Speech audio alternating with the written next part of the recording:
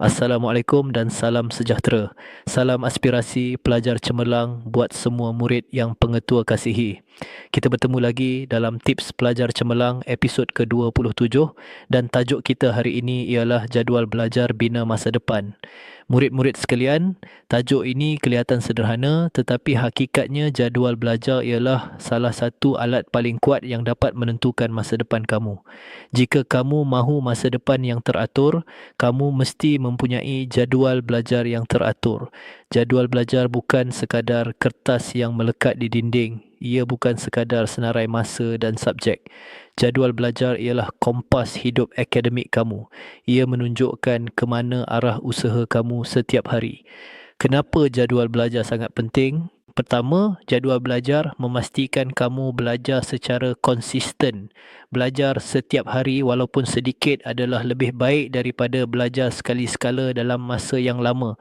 Jadual membantu memastikan kamu tidak terlepas hari tanpa ulang kaji. Kedua, jadual membantu kamu mengurus masa dengan bijak. Bila semua perkara sudah dirancang, kamu tidak akan keliru, tidak buang masa dan tidak belajar secara tergesa-gesa. Kamu tahu bila masa bermain, bila masa berehat dan bila masa belajar. Ketiga, jadual belajar membantu mengurangkan stres. Ramai pelajar stres kerana mereka tidak merancang. Mereka belajar hanya bila peperiksaan hampir tiba. Akhirnya mereka panik. Tetapi pelajar yang ada jadual belajar sentiasa bersedia. Keempat, jadual belajar memupuk disiplin. Disiplin tidak datang secara tiba-tiba. Ia dibina melalui tabiat dan rutin. Bila kamu ikut jadual dengan konsisten, kamu sedang melatih diri menjadi pelajar yang berdisiplin.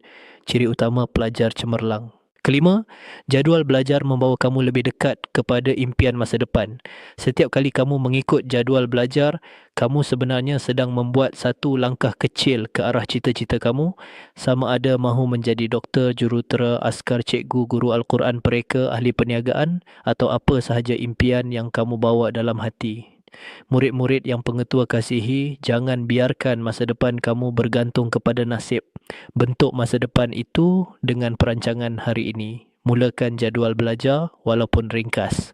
Tetapkan subjek tertentu pada hari tertentu. Jika pesanan ini bermanfaat, subscribe channel Pengetua AI YouTube supaya kamu tidak terlepas episod seterusnya. Sekian pesanan pengetua untuk hari ini.